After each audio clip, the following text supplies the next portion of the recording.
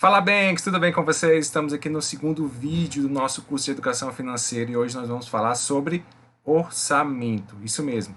Se você está aqui e ainda não viu o vídeo número 1 do nosso curso de Educação Financeira, vou deixar aqui nos cards e aqui na descrição do vídeo para que você possa acessar e entender como a gente iniciou esse nosso processo, ok? Vamos lá, vamos começar o segundo vídeo.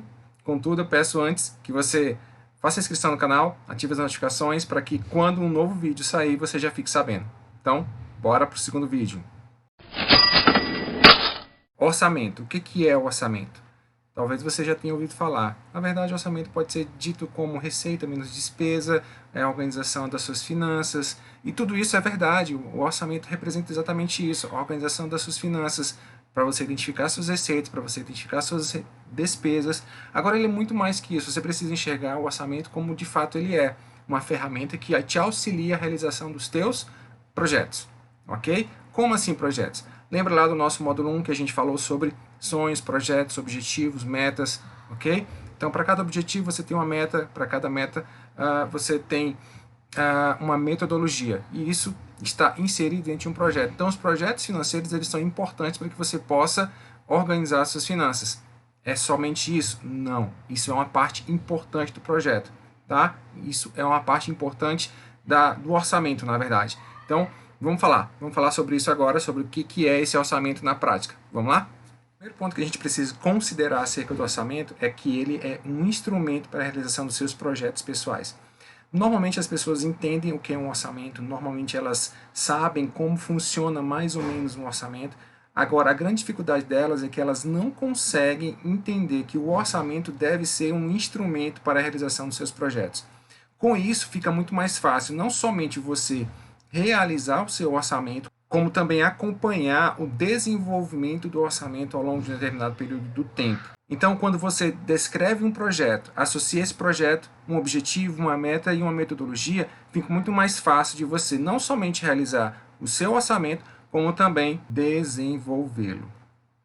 Depois de estabelecido o projeto, conforme nós já definimos lá no nosso módulo 1, agora nós precisamos e podemos ir para a elaboração do orçamento propriamente dito. Então, a primeira coisa que vocês precisam estabelecer é quais são as suas receitas. É muito comum a gente dizer o seguinte: eu sei de onde vem o meu dinheiro, né? Normalmente vem de um salário, de um prolabore, se você é um profissional autônomo, ou relacionado às suas férias, se você é um profissional registrado na CLT, enfim. Normalmente nós conseguimos identificar claramente de onde vêm as nossas receitas. Nunca vi, talvez se você já conhecer alguém que diz assim: eu não sei de onde vem meu dinheiro. Coloca aqui na descrição do vídeo, coloca aqui, marca essa pessoa que disse para você de onde é que vem o seu dinheiro, de onde é que vem o meu dinheiro. Né? Normalmente as pessoas sabem muito bem de onde vem o seu dinheiro. Então as receitas é o ponto mais fácil de identificar em qualquer peça orçamentária, em qualquer construção de orçamento. Agora, o mais difícil é você dizer assim, é você realizar, na verdade, as suas despesas, você identificar as suas despesas. Por quê? Normalmente as pessoas dizem assim: eu não sei para onde foi meu dinheiro. Né? Por que não sabe para onde foi esse dinheiro? Porque não fez a correta administração do seu orçamento, ou seja, a correta identificação das suas despesas dentro do orçamento. Agora nós vamos conhecer um pouco sobre a importância do orçamento. Por que a gente precisa fazer um orçamento? Talvez essa seja uma pergunta um tanto quanto redundante, mas de fato poucos são aqueles que entendem a importância de um orçamento e às vezes nem o faz. Mas vamos elencar aqui alguns pontos importantes para que você entenda e internalize a importância do orçamento. O orçamento ele permite que você conheça a sua realidade. Muitos não fazem orçamento justamente porque têm medo de conhecer a sua realidade. Como eu já falei para vocês, normalmente as pessoas entendem e sabem de onde vêm os seus ganhos, mas muitas vezes não sabem para onde vai os seus gastos, as suas despesas. Né? Além disso, e de fundamental importância é que você realize o seu controle orçamentário ou entenda que a importância do orçamento está associado à realização dos seus projetos. Lembra lá do nosso módulo 1 que nós falamos sobre a importância dos projetos? Projeto é aquilo que nós temos como objetivo, meta e construímos a metodologia. Pois é, quando você adquire a noção e a importância do projeto, você consegue identificar e não somente identificar, mas construir projetos mais assertivos. Uma outra questão importante é a definição de suas prioridades. Ao realizar o seu planejamento financeiro, além de definir os seus projetos, você vai definir a ordem de execução desses projetos, ou seja, quais são as suas prioridades. E por fim, ao realizarmos um orçamento, nós conseguimos identificar e organizar os nossos hábitos de consumo. E além de identificar os nossos hábitos de consumo, nós conseguimos organizar a nossa vida financeira e patrimonial.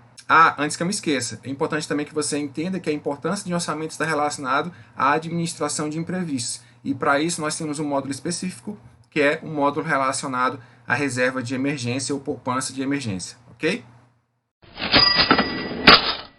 Agora nós vamos falar do orçamento propriamente dito. O que eu preciso para realizar um orçamento, para construir um orçamento? A primeira coisa que a gente precisa entender é que um orçamento não pode ser feito sem a realização de registro. Pode ser num caderno, num aplicativo, numa planilha. Isso é importante sim, porque como eu já falei para vocês, isso faz parte de um método.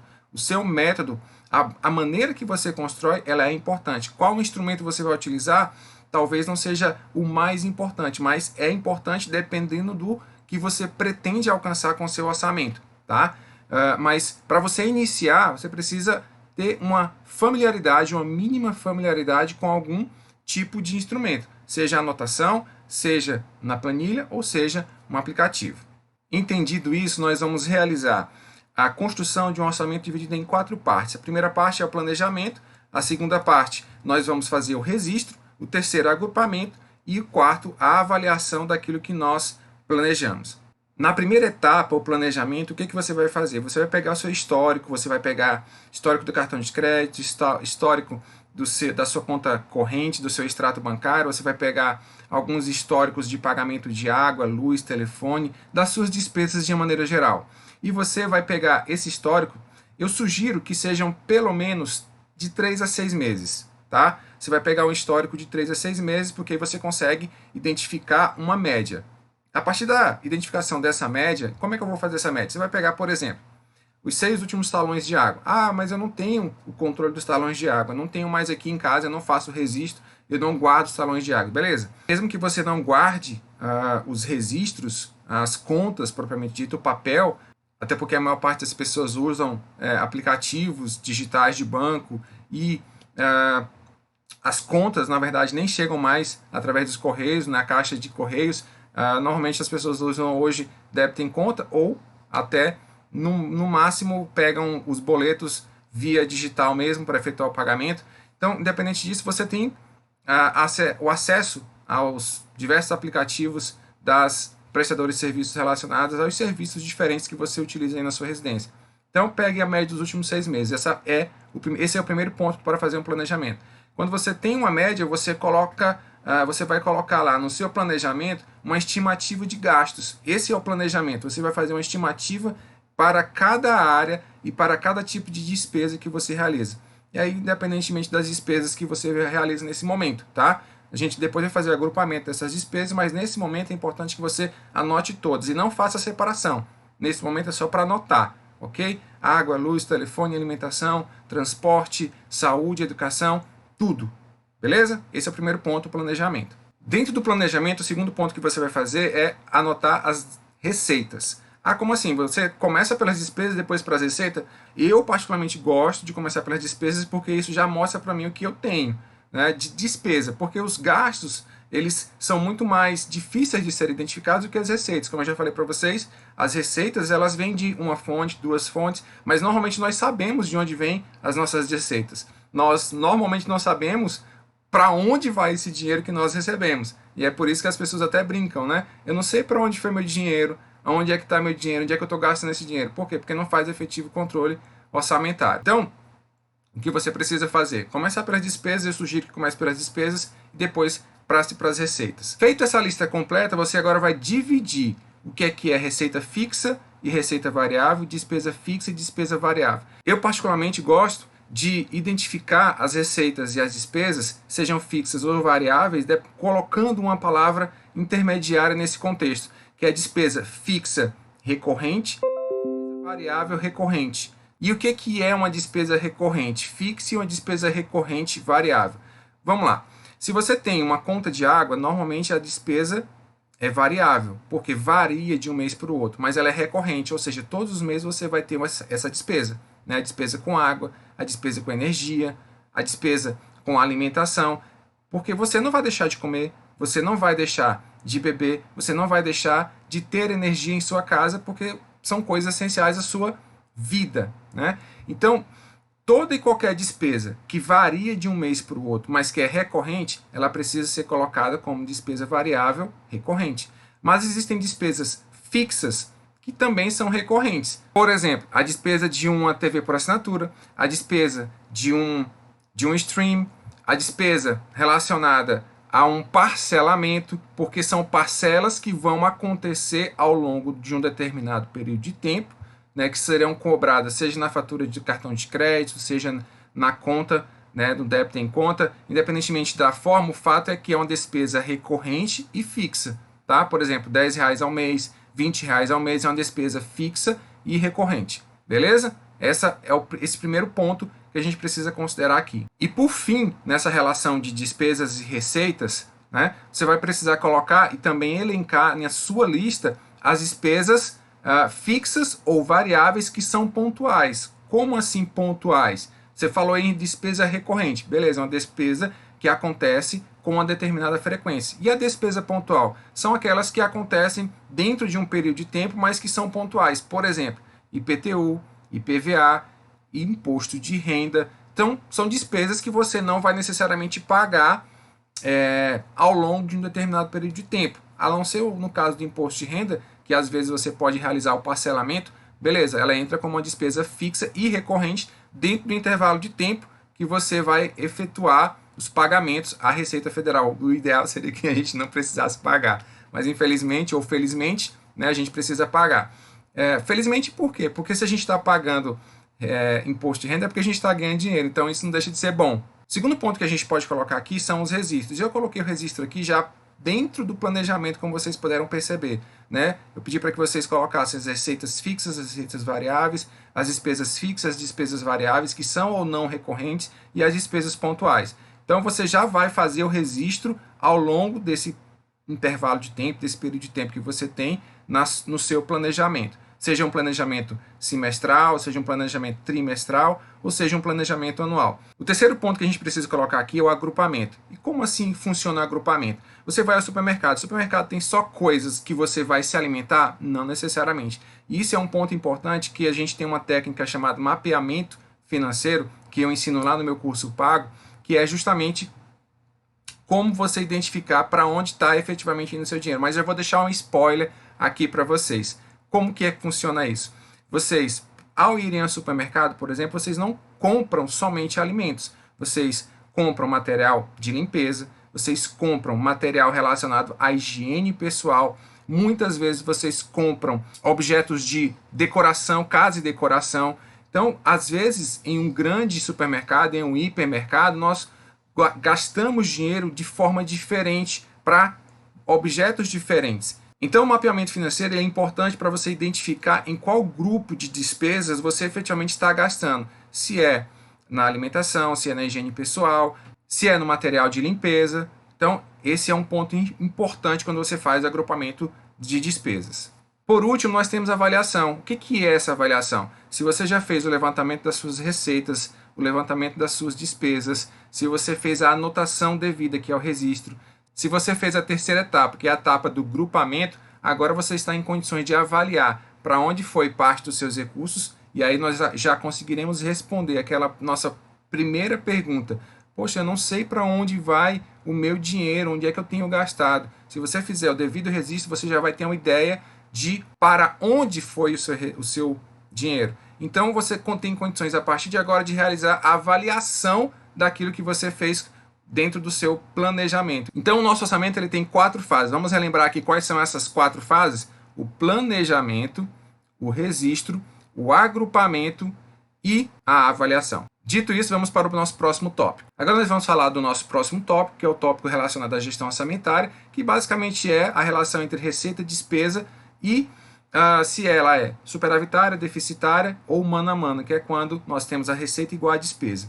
Ou se é superavitária, receita maior que despesa, e deficitária, quando a despesa é maior do que a receita. Um ponto importante que a gente precisa considerar aqui na gestão orçamentária é o fato que, diferentemente dessa proposta natural, que é receita menos despesa igual a saldo, eu quero propor para você uma solução um tanto quanto distinta dessa, que é receita menos poupança igual a despesa. E eu queria que você identificasse a sua despesa fixa e destinasse os demais recursos para a sua despesa variável. Porque uma vez que você consegue elencar claramente a sua despesa fixa, você só vai fazer a anotação a partir de agora daquilo que representa a sua despesa variável. Então, quando você sai sozinho ou com sua família para tomar um sorvete, por exemplo, ou quando você sai para realizar qualquer outra atividade relacionada ao lazer, aquela despesa que é variável, você só vai fazer anotação daquela despesa. Por quê? Porque você já tem uma despesa organizada, que é a despesa fixa, que você não precisa se preocupar em fazer novamente a anotação. Por que eu coloquei receita menos poupança igual a despesa? Porque quando você coloca a poupança como sua prioridade e define um percentual para isso, e existem muitos métodos para isso, método 50-30-20, método 85-15, não importa o quanto você vai definir de poupança. Eu mostro isso também lá no curso que eu tenho, que é qual a melhor metodologia e para cada tipo de perfil, né? Então nós temos perfis financeiros diferentes e a partir do perfil financeiro é que você vai estabelecer o percentual que vai ser destinado à sua poupança. Então o percentual destinado à poupança vai variar de caso para caso. Mas se você quiser saber um pouco mais sobre isso, eu te ensino. Vai lá no meu Instagram, acessa lá o meu link na bio, no link lá de mentoria, que eu te atendo particularmente e faço uma análise individual do seu caso para te ajudar em qual percentual, em saber qual percentual deve ser destinado à sua poupança. E por último agora, no nosso módulo 2, orçamento, nós vamos falar sobre a participação da família no orçamento. E por que isso é importante? Porque basicamente, se você faz uma gestão orçamentária individual, mas você vive com outras pessoas na sua família, você não integra essas pessoas na sua gestão orçamentária, você não vai conseguir se comunicar. E comunicação é extremamente importante para a gestão eficiente dos recursos. E por que isso é importante? Porque você tem um perfil diferente da sua esposa, que tem um perfil diferente do seu filho ou da sua filha. Então, cada uma das pessoas que compõem o seu lar, a sua família, tem perfis diferentes, tem gostos, hábitos de consumo diferentes, e isso tudo deve ser considerado na gestão do orçamento. E além disso, na elaboração e realização dos projetos, esses projetos precisam ser definidos em conjunto com a família. Então eu tenho um projeto de comprar um carro, eu tenho um projeto de comprar um celular. Então são projetos distintos. O celular talvez seja um projeto mais individual, o carro é muito mais para a família. Então tudo isso precisa ser discutido entre todos que fazem parte da sua casa, do seu lar. E dentro desse último tópico, eu gostaria de deixar aqui uma frase importante. Quando você insere sua família no processo de educação financeira, com a construção de projetos financeiros pessoais ou familiares, você consegue também unir mais a família. E eu creio que esse é o objetivo de todo e qualquer pai ou mãe que tem a responsabilidade devida com o uso do dinheiro e com a educação dos seus filhos. Agora é hora de colocar em prática tudo aquilo que a gente viu aqui no módulo 2 sobre o orçamento, e eu te espero na próxima aula, em que nós falaremos sobre dívidas e administração do crédito. Beleza? Vamos para a próxima aula.